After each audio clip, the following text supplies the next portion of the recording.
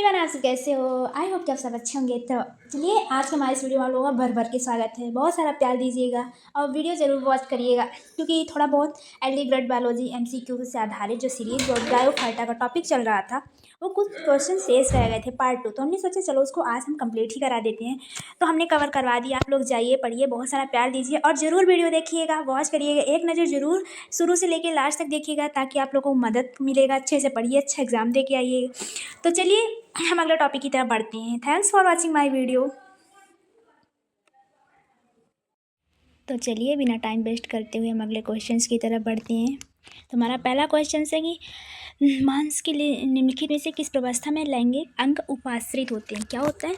लैंगिक अंग उपाश्रित होते हैं। तो इसमें कौन सा हमारा होगा? प्रोटोनीमा अवस्था होगा या फिर प्राणील अवस्था होगा? तो हमारा ये बी नंबर होगा। कौन सा नंबर होगा हमारा? ये बी नंबर ऑप्शन होगा, बी नंबर। क्योंकि इसमें से प्राणील अवस्था जो है मांस के लैंगिक अंग होते हैं। क्या होते हैं? ध्यान में रखिएगा, प्राणील अवस्था में मांस के लैंगिक अंग होते हैं, जिसे इस अवस्था में गैमेटोफाइट जिसे अंग चलकर प्रोटीनिमा अवस्था में होता है, और यह प्राणील अवस्था द्वितीयक प्रोटीनमा के पार्थ के कली विकसित होती है। तो बिल्कुल ध्यान में रखिएगा, वेरी इंपॉर्टेंट क्वेश्चन है। तो हमारा ये बी नंबर होगा, प्राणील अवस्था होगा। तो चलिए हम अगले क्वेश्चन की तरफ बढ़ते हैं।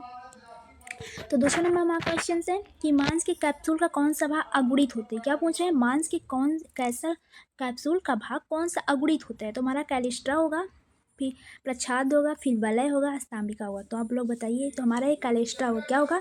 हमारा ये कैलिस्ट्रा होगा। हमारा ये कौन सा होगा? कैलिस्ट्रा होगा।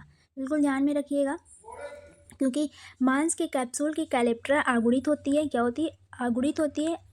आचिलोंगोनियम जो है, आंचिगोनियम जो कि वेंटर का वाल से कैलेप्ट्रा का निर्माण करता है। क्या करता है? कैलेप्ट्रा का निर्माण करता है। एक लंबा डंठल होता है। क्या होता है? एक लंबा डंठल होता है, और इसमें से सामान्यतः कैलेस्ट्रा गिर जाता है। क्या होता है? सामान्यतः कैलेस्ट्रा गिर जाता है। बिल्कुल ध्यान में रखिएगा, हमारा कैलेस्ट्रा का वेरी इंपॉर्टेंट क्वेश्चन है।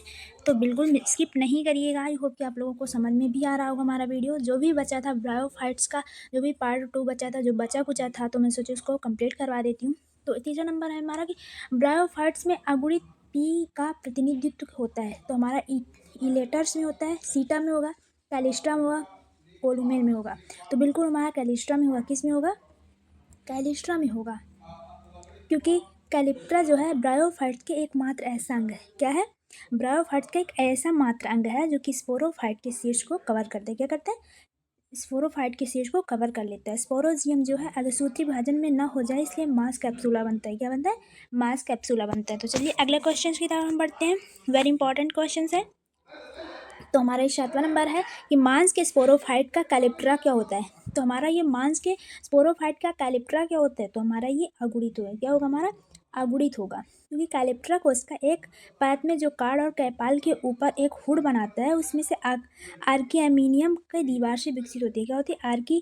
आर्कियमीनियम दीवार से विकसित होती है। तो हमारा ये ए नंबर ऑप्शन होगा, वेरी इंपॉर्टेंट है। तो चलिए हम अगले क्वेश्चन की तरफ बढ़ते हैं। तो 6वां नंबर क्वेश्चन है हमारा कि समूह में कौन से समूह से हमारा समूह के आप ऐसे पौधे जो बीजाणु और भ्रूण तैयार करता है। क्या करता है? हमारा जो समूह के पौधे होते हैं बीजाणु भ्रूण तैयार करते हैं, किंतु उसमें संवहन न उत्तक और बीज का अभाव रहता है। तो हमारा ये आयोफाइट्स होगा। क्या होगा? वेरी इंपॉर्टेंट, ध्यान में रखिएगा, आयोफाइट्स होगा, क्योंकि ब्रायोफाइट्स वे पौधे हैं जो बीजाणु और भ्रूण को उत्पक्ष करते हैं। क्या करते हैं? उत्पक्ष करते हैं, लेकिन उनमें बीज और संवहनी उत्तक की कमी होती है। क्या होती है? कमी होती है। इसलिए इसे लीवर वार्ट्स और हार्न वार्ट्स कहते हैं। क्या करते हैं? लीवर हार्ट्स और वार्न हार्ट्स कहते हैं, और ये सिस्टम प्रदान करते हैं। क्या करते हैं? और ब्रायोफाइट्स भी प्रदूषण के अच्छे सूचक हैं। क्या है? प्रदूषण के अच्छे सूचक है। तो बिल्कुल ध्यान में रखिएगा, टेस्ट सीरीज है, आयोफाइट्स होगा। तो चलिए हम अगले क्वेश्चन की तरफ बढ़ते हैं। 5वां नंबर क्वेश्चन है कि ब्रायोफाइट्स में लैंगिक जनन पाया जाता है। तो हमारे ब्रायोफाइट्स में लैंगिक जनन कब पाया जाता है? तो हमारा ये होगा बी नंबर, विषम युग्मकी होगा, क्योंकि जब हम विषम युग्मकी, एक प्रकार की विषम लैंगिकता होती है। क्या होती है? विषम लैंगिका होती है, जो कि गमनशील शुक्राणु की कोशिका के साथ विलय कर सकती है। क्या कर सकती है? विलय कर सकती है, और ये विकसित हुआ है ज़्यादातर जानवरों में होता है। ये क्या होता है? ज़्यादातर जानवरों में ये विकसित हुआ लैंगिक पाया जाता है। तो राइट आंसर हमारा होगा विषम युग्म। बिल्कुल इंपॉर्टेंट है, बिल्कुल ध्यान में रखिएगा, एक बार नज़र जरूर डालिएगा, ताकि माइंड में ये चीज़ छपी रहे। जब भी सामने आप क्वेश्चन ये देखो तो कहीं ना कहीं माइंड एक्टिव हो जाए। और ये लगे कि हाँ हमने ये कहीं पढ़ा था, बिल्कुल ऑप्शन आंसर राइट आंसर पे आप टिक मारो। ठीक, तो बिल्कुल नज़र करिएगा, एक तरफ एक बार नज़र ज़रूर करिएगा। तो चलिए हम अगले क्वेश्चन की तरफ बढ़ते हैं। तो हमारा अगला क्वेश्चन है फ्यूनेरिया। इसमें बोल रहा है फ्यूनेरिया बीजाणु, हमारा फ्यूनेरिया बीजाणु कोष्ठ के द्वारा बनते हैं। किसके द्वारा? कोष्ठ के द्वारा बनते हैं। तो कौन सा इसमें प्रक्रिया होती है? तो हमारा ये एंडोचीसियम होगा। क्या होगा? एंडोचीसियम। क्यों होगा? जो हमारा फ्यूनेरियम है वो जीवन चक्र में 2 पीढ़ियाँ होती हैं। क्या होती है? हमारा एंडोचीसियम के द्वारा फ्यूनेरिया के जीवन चक्र में, जीवन काल में 2 पीढ़ियाँ पाई जाती हैं। पहला होगा गैमेटोफाइट और दूसरा होगा स्पोरोफाइटिक, जो कि अगुणित पीढ़ी है। क्या है ये? अगुणित पीढ़ी है। इसमें से एंथोरिडियम और आर्कोगेनियम जो है शुक्राणु के अंडे पैदा करते हैं। क्या करते हैं? अंडे पैदा करते हैं, और बीजाणु कोष को एंडोचीसियम में बनाते हैं। तो हमारा बिल्कुल राइट आंसर है। तो बिल्कुल आप लोग ध्यान में रखिएगा। आई होप कि आप लोगों को समझ में आ रहा होगा। कमेंट जरूर करिए, कमेंट के जरिए जरूर हमें बताइएगा, हम वैसे आप लोगों को अपडेट कराते रहेंगे। तो thanks for watching my video. अगले चलिए क्वेश्चन की तरफ बढ़ते हैं। बहुकोष की, हमारे यहाँ पे बोल रहा है बहुकोष की मूलभूत मिलता है, मूल भामें क्या होती हैं? तो हमारा ये कौन सा आंसर होगा? तो हमारा ये फ्यूनेरिया होगा, क्योंकि इसमें से पौधे विभेदन नहीं होता, जो शरीर में हम्ब के द्वारा असमान सनातन पत्ती संरचनाएं पाई जाती हैं, और ये पत्तियों में व्यवस्थित होती हैं पक्ष पतला और सीधा तथा सखीतु जैसे सर्पिल होती हैं। तो हमारा फ्यूनेरिया होगा, बिल्कुल ध्यान में रखिएगा, राइट आंसर है।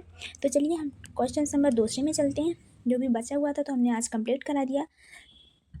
तो चलिए हमारा ये आंसर है कि हमारा आंसर है एम्ब्रियोफाइटा समूह के ग्रुप में अंतर्गत आता है। तो कौन सा अंतर्गत आता है? तो हमारा ब्रायोफाइटा आता है, क्योंकि जो ब्रायोफाइटा है एम्ब्रियोफाइटा का समूह के अंतर्गत आता है।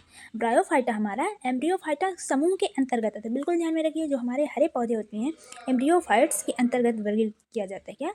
एम्ब्रियोफाइट्स के अंतर्गत वर्गीकृत किया जाता है। इसमें लाइकीफाइट्स, जिम्नोस्पर्म फूल पौधे वाले शामिल होते हैं। ब्रायोफाइट्स में सभी गैर संवहनी भूमि पौधे होते हैं, ऐसे वातावरण में सीमित होते हैं जो आइतमसिक मौसमी रूप में नाम से जाने जाते हैं। तो बिल्कुल आप लोग ध्यान में रखिएगा। चलिए हम अगले क्वेश्चन की तरफ बढ़ते हैं। तो हमारा ये है कि फ्यूनेरिया में गोपक का निर्माण होता है। फ्यूनेरिया में किसका निर्माण होता है? गोपक का। पंधानी द्वारा, स्तंभिका द्वारा होता है। संपुटिका किसके द्वारा, किसके माध्यम से होता है? तो हमारा स्वधानी द्वारा होता है। क्यों होता है? क्योंकि फ्यूनेरिया एक गोपक का निर्माण स्वधानी द्वारा होता है। ठीक, तो बिल्कुल ध्यान में रखिएगा। Thanks for watching my video. I hope कि माई वीडियो आप लोगों को बहुत अच्छी लगी होगी। तो चलिए जो भी बचा था पार्ट, तो हमने पार्ट 2 में कन्वर्ट करा दिया है, कंप्लीट करवा दिया। आप लोग पढ़िए, देखिए, अच्छे से एग्ज़ाम दीजिए। 100% आपका एग्ज़ाम निकलेगा। तो एल डी ग्रेड का एग्ज़ाम होने के लिए 15 दिन बाकी हैं, तो आप बिल्कुल ध्यान में रखिएगा।